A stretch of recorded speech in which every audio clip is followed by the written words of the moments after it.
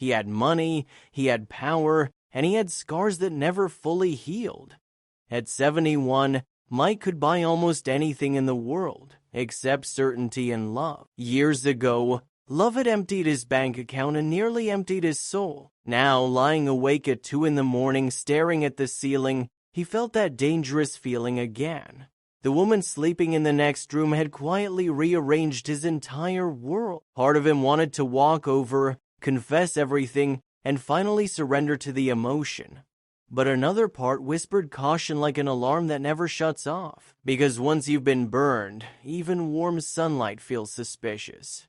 And Mike had been burned badly. At 25, he had built a business empire most people only dream about.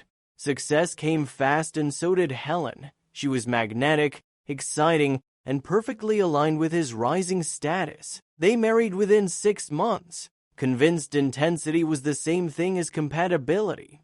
It wasn't. 7 years later, the love faded and the lawyers arrived. The divorce stripped him of wealth, property, and almost his dignity. He rebuilt from scratch, raised his children alone, and promised himself he would never be naive again. So when Aisha entered his life decades later, he felt both hope and fear collide. He had found her sitting on a sidewalk, quiet, dignified, invisible to the rushing world.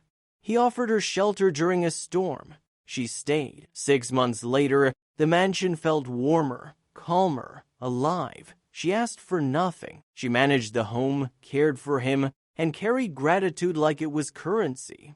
But his grown children weren't convinced. They saw risk. They saw history repeating. And doubt is contagious. So Mike did what insecure people with power often do. He staged a test. One morning, Aisha passed the same sidewalk where she once begged for coins. A man sat there shivering, face hidden. She approached without hesitation. She offered food. She offered comfort. She offered dignity. The man snapped at her, testing her patience. She didn't flinch. She spoke about hunger, about cold nights, about survival.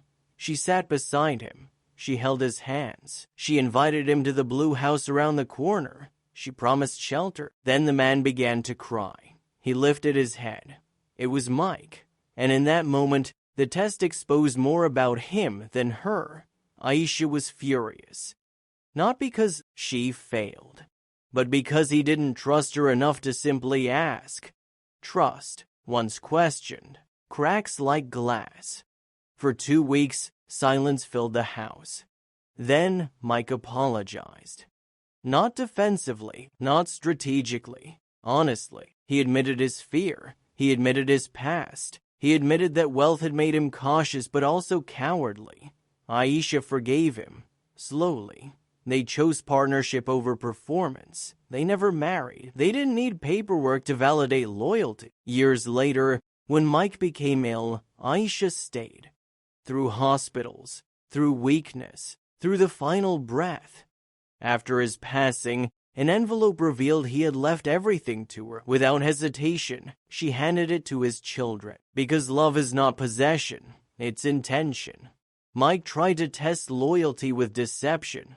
But real love passed without needing proof. Fear almost destroyed what honesty later saved. If you take one lesson from this story, let it be this. Talk before you test. Trust before you assume. And remember, kindness is the only investment that never bankrupts you. If this story moved you, share it with someone who still believes in real love.